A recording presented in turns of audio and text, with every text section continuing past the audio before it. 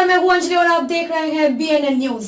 तो चलिए शुरुआत करते हैं आज की प्रमुख खबर से। क्षीर सागर में भगवान विष्णु शेष शैया पर विश्राम कर रहे हैं और लक्ष्मी जी उनके पैर दबा रही हैं। विष्णु जी के एक पैर का अंगूठा शैया के बाहर आ गया और लहरें उससे खिलवाड़ करने लगी। क्षीर सागर के एक कछुए ने इस दृश्य को देखा और मन में यह विचार कर कि मैं यदि भगवान विष्णु के अंगूठे को अपनी जिह्वा में स्पर्श कर लूं, मेरा मोक्ष हो जाएगा। यह सोचकर उनकी ओर बढ़ा।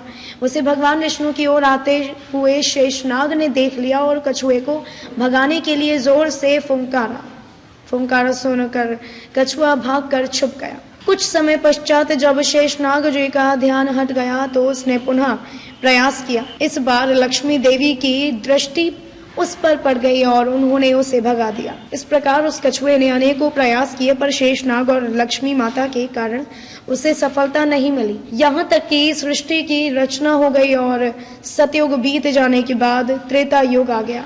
इस मध्य उस कछुए ने अनेक बार अनेक योनियों में जन्म लिया और प्रत्येक जन्म में भगवान की प्राप्ति का प्रयत्न करता रहा। अपने तपोबल से उसने दिव्य दृष्टि प्राप्त कर ली थी।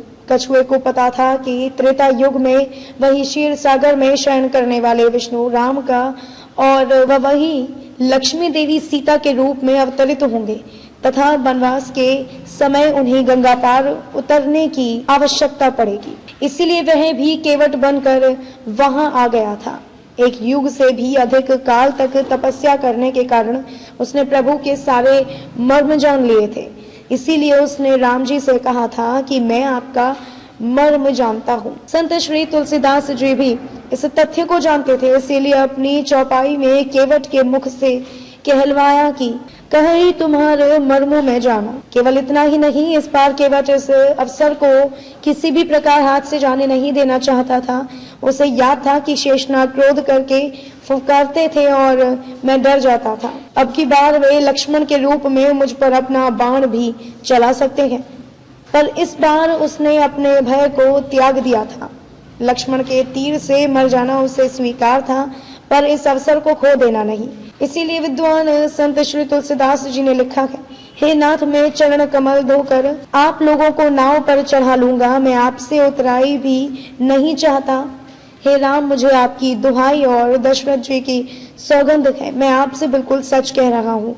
भले ही लक्ष्मण जी मुझे तीर मार दें, पर जब तक मैं आपके पैरों को पखार नहीं लूंगा तब तक हे तुलसीदास के नाथ, हे कृपालु, मैं पार नहीं उतारूंगा।